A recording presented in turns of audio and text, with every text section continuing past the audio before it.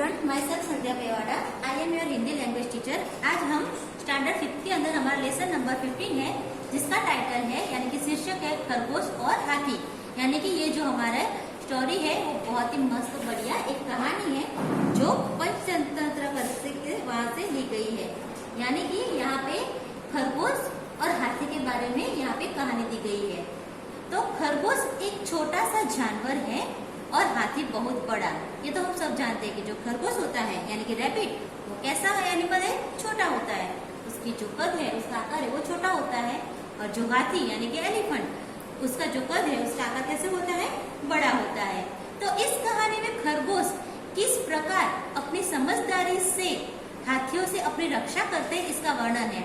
यानी कि ये जो कहानी दी गई है, इसके अंदर जो हाथी होते हैं वो खरगोश को परेशान करते हैं और हाथी से पंगा न लेकर खरगोश अपने खुद का बचाव कैसे करते हैं, अपनी रक्षा कैसे करते हैं, इस बारे में इस कहानी में बताया गया है। और ये जो कहानी है, यह कहानी पंचतंत्र से ली गई है। यानी कि पंचतंत्र करके एक बुक है, वहाँ में बच्चों के लिए बहुत अच्छी अच्छी कहानियां होती है जो कभी कभी टीवी में भी दिखाई जाती है। तो स्टोरी कुछ इस तरह से है कि यहाँ पे हमें पिक्चर दिख रहा है खरगोश का। देखो है ना, यहाँ पे ये खरगोश अपनी मस्ती में मस्त है, खेल रहे हैं, कूद रहे हैं। तो कहानी कुछ इस तरह से है कि एक जंगल में एक सरोवर था। एक जंगल होता है और उस जंगल में एक सरोवर भी होता है। सरोवर के किनारे गीली जमीन थी। ये जो जंगल के अंदर सरोवर था, उसकी जमीन कैसी थी, गीली थी, यानी कि पानी वाली थी। वहाँ बहुत से खरगोश रहते थे और इसी गली से सरोवर के किनारे जो गीली जमीन थी, वहाँ पे कौन रहता था, वहाँ पे बहुत सारे खरगोश रहते थे। खरगोशों के बिल के जमीन के अंदर थे। यानी कि खरगोश के जो बिल थे, जो रहने की जगह थी, वो कहाँ पे थी, जो गीली मिट्टी थी ना, गीली जमीन, उसके अंदर थी, उसके बाहर ऊपर नहीं थी। तो अगर क्वेश्चन आए तो खरगोशों का बिल कहाँ पे था, तो आंसर क्या आएगा, जमीन के अंदर। वे दिन भर इधर उधर कूदते रहते थे। ये खरगोश पूरा दिन क्या करते थे, इधर उधर कूदते रहते थे, घूमते रहते थे, फिरते रहते थे। और उसके अलावा क्या करते थे, नरम नरम घास खाते थे। यानी कि पूरा दिन घूमना, कूदना और हरी हरी नरम नरम मस्त मस्त घास खाना। रात को अपने घरों में सो जाते। वे सब बहुत प्रसन्न रहते थे। और रात को क्या करते थे, उन्होंने जो जमीन के अंदर अपना बिल बनाया था, उसके अंदर जाके सो जाते थे और पूरा दिन बहुत ही ज्यादा वो लोग खुश रहते थे, हैप्पी रहते थे। उसी जंगल में कुछ हाथी आ गए। हाथियों के झुंड में कुछ शरारती हाथी थे। वे अपनी सूंड से छोटे छोटे पेड़ तोड़ देते। अब क्या होता है, उसी जंगल में जहाँ पे खरगोश रहते थे, वहाँ पे अचानक एक दिन कुछ हाथी आ जाते हैं। और उस हाथी में से कुछ हाथी ऐसे थे जो शरारती थे, यानी कि मस्ती करते थे। और वो क्या, कैसे मस्ती करते थे, तो वो अपने सूंड से क्या करते थे, जो छोटे छोटे पेड़ होते थे ना, उसको तोड़ के फेंक देते थे या फिर निकाल देते थे। उसके बाद तो ये जो हाथी थे क्या करते थे, वो छोटे छोटे पेड़ को तोड़ देते थे। जो पौधे होते थे उसको क्या करते, अपने पैरों के नीचे कुचल देते थे। हाथियों के बच्चे खेल खेल में एक दूसरे से लड़ते।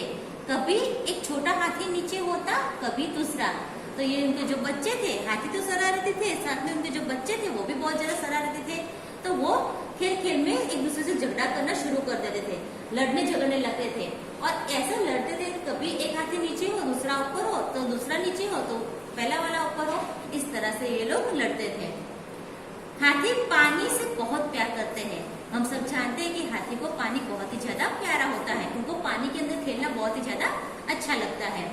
वे सूंड में पानी भर भर कर नहाते हैं। हमने काफी बार देखा होगा पिक्चर में या फिर रियल में भी देखा होगा कि जो हाथी है वो क्या करते हैं, अपनी सूंड में पानी भरते हैं और फिर अपनी बॉडी पे यानी कि अपने जो शरीर है, काया पे वो डालते हैं। और उनको उससे खुशी भी मिलती है, बहुत ज्यादा आनंद भी आता है। फिर सरोवर के किनारे मिट्टी में लौटते और फिर क्या करते, अपना पूरे शरीर को, बदन को गीला करने के बाद वो क्या करते थे, जो सरोवर के किनारे गीली मिट्टी थी उसके अंदर जाके वो लौटते, यानी कि सो जाते और इसे अपनी बॉडी को पूरे मसलते थे। नरम जमीन उनके भार से दब जाती थी और जमीन थी, मिट्टी थी, गीली थी और उसके अंदर वो खरगोश के घर थे। तो क्या होता था, अब ये जो हाथी है उनका वजन बहुत ज्यादा होता है, तो उनकी वजह से क्या होता था, वो जो जमीन थी ना वो उनके भार से दब जाते थे। साथ ही कई खरगोश परिवार भी दब जाते और हमें मालूम है कि जो खरगोश का घर था वो कहाँ पे था, गीली मिट्टी के अंदर था, जमीन के अंदर था।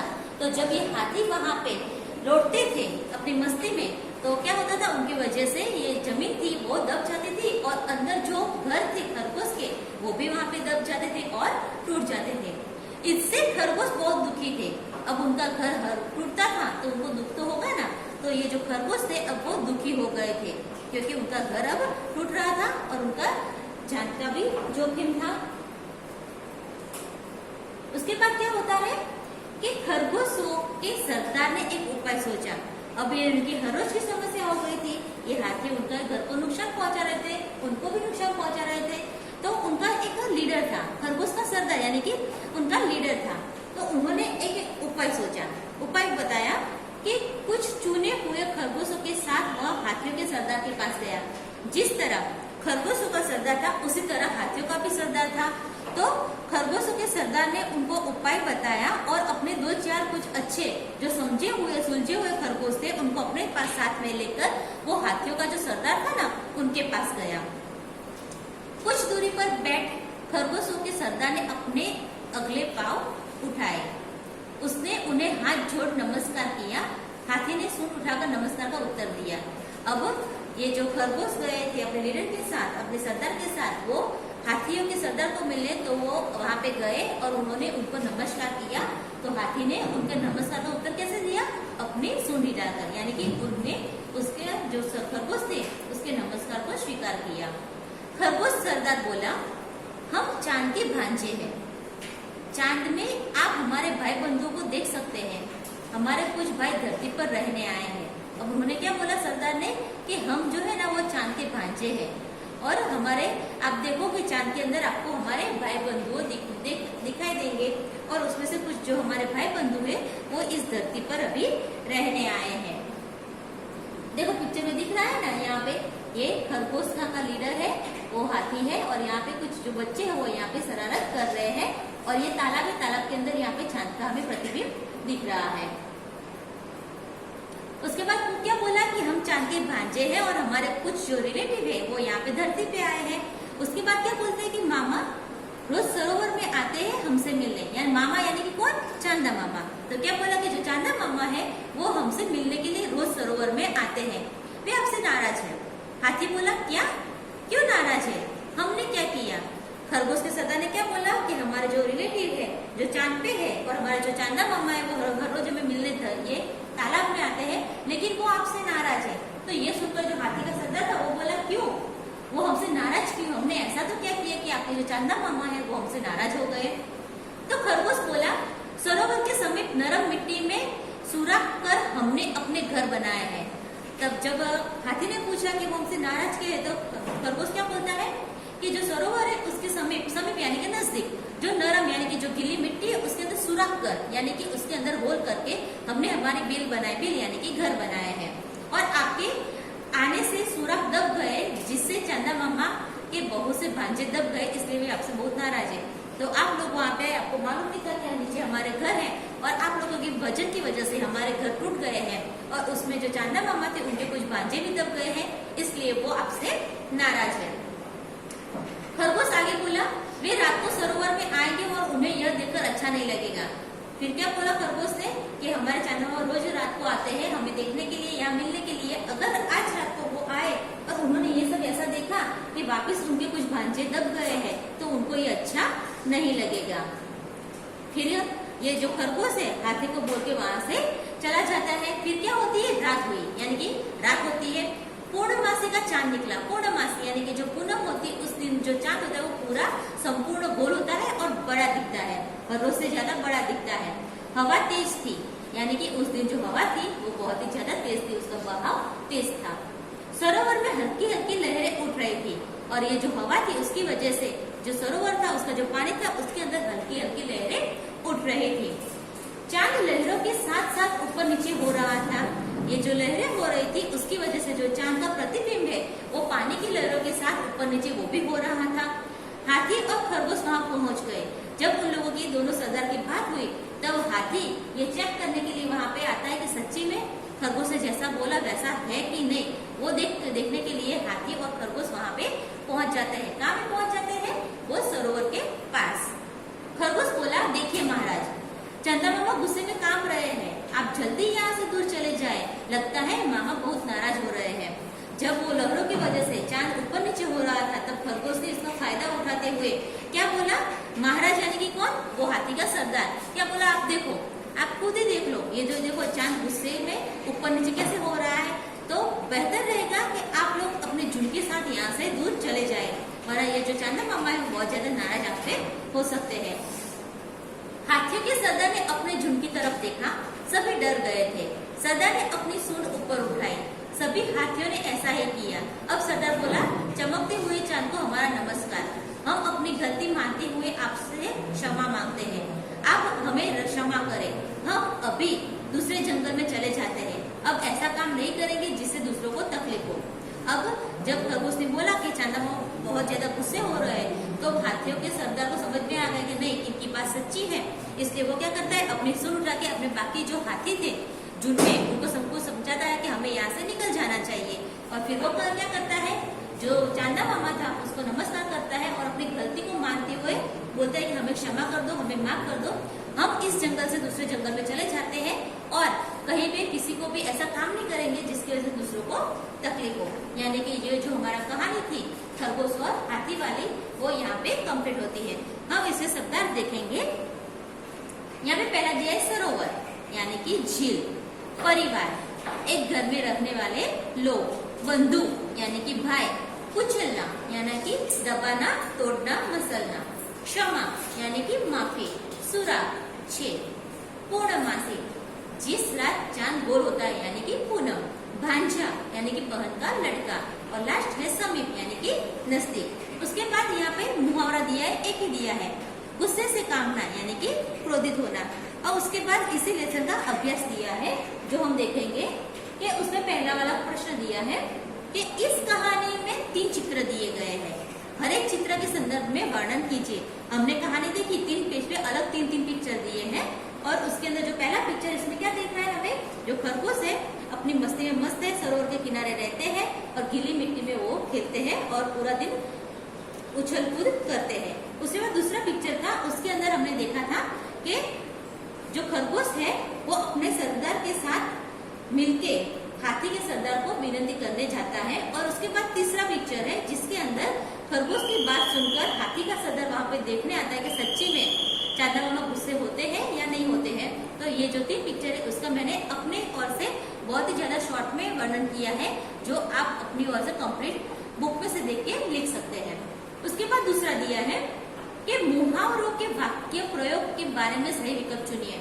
यहाँ पे मुहावरे दिए हैं, उसका आंसर ऑलरेडी साथ में दिया है यानी कि मीनिंग दिया है, और इसके साथ कौन सा सेंटेंस कंप्लीट परफेक्ट शुरू होता है वो हमें इसमें से ढूंढना है और यहाँ पे वो हमें लिखना है। जैसे कि क आता है आंसर तो यहाँ पे क लिखेंगे, ख आता है तो ख लिखेंगे, या फिर ग आता है तो हम यहाँ पे ग लिखेंगे। तो इसमें हम पहला देखेंगे, पहला दिया है फूला न समाना, तो उसका मीनिंग क्या होता है, अत्यंत खुश होना। तो उसमें से सही सेंटेंस कौन सा आएगा, पहला देखेंगे हम कि हर्ष परीक्षा में अनुत्तीर्ण होने के कारण फूला न समाया, अनुत्तीर्ण यानी कि वो फेल हो गया, तो ये सेंटेंस गलत है, तो ये यहाँ पे नहीं आएगा। दूसरा है कि मोनाली स्कूल में प्रथम नंबर आई इसलिए वह फूली न समाई, तो और तीसरा है कि सेठ पानाचंद की जायदाद लूट गई इसलिए वे फूले न समाए, यानी कि ग और क ये दोनों इसके साथ कंफर्ट यानी कि अच्छे से सूट नहीं होते, बंद बेस्ट नहीं है, इसलिए हम क्या करेंगे, ये जो ख है दूसरा वाला, मोनाली स्कूल में प्रथम नंबर आई इसलिए वह फूली न समाई, तो उसका जो करेक्ट सेंटेंस है वो कौन सा होगा, ख, यानी कि हम यहाँ पे कौन सा लिखेंगे, ख। दूसरा दिया है ऊंचे चढ़ना, तो उसका मतलब क्या होता है, प्रगति करना, तो इसके साथ सही जो सेंटेंस आएगा वो कौन सा रहेगा, क रहेगा कि दीपाली अंग्रेजी विषय में दिन प्रतिदिन ऊंचे चढ़ना चाहती है, इसका आंसर कौन सा आएगा, क, तो हम यहाँ पे क्या लिखेंगे, क। उसके बाद नेक्स्ट दिया है अभिवादन करना, यानी कि उसका मीनिंग क्या होता है, उसका मतलब होता है सत्कार करना। तो इन तीनों का तीनों सेंटेंस में से, वाक्य में से कौन सा सही है, तो उसमें आएगा क वाला कि आयुषी ने वक्तृत्व स्पर्धा में अच्छा वक्तव्य दिया, इसलिए उसके पिता दर्शन कुमार ने उसका अभिवादन किया। तो हम यहाँ पे आंसर में क्या लिखेंगे? क लिखेंगे। उसके बाद क्वेश्चन नंबर 3 दिया है यहाँ पे कि चित्र देखकर कहानी कहो। यहाँ पे चित्र दिए हैं, 4 पिक्चर दिए हैं, उसे देखते हुए हमें कहानी कहनी, यानी कि ये कहानी के बारे में आप लोग बहुत ज्यादा अच्छे से जानते हो। खरगोश और कछुआ वाली, मालूम है दोनों अच्छे मित्र होते हैं, फिर ये दोनों के बीच में रेस होती है और जो खरगोश था उसको घमंड था कि वो जीत जाएगा, इसलिए वो बीच में सो जाता है और जो कछुआ था वो ये रेस जीत जाता है। तो ये स्टोरी मैंने अपने आप बोली, आपको अच्छी तरह से अपने आप लिखनी है। उसके बाद नेक्स्ट क्वेश्चन दिया है, यानी कि इसका स्वाध्याय दिया है। उसका प्रश्न एक दिया है कि प्रश्नों के उत्तर दीजिए। उसमें पहला वाला दिया है कि खरगोशों के बिल कहाँ थे। तो उसका उत्तर ऐसे आएगा कि खरगोशों के बिल सरोवर के किनारे गीली जमीन के अंदर थे। दूसरा है खरगोशों का सरदार क्या बोला।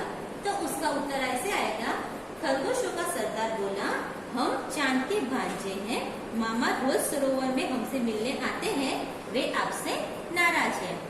3 नंबर पे दिया है कि पूर्णमासी का चांद कैसा है।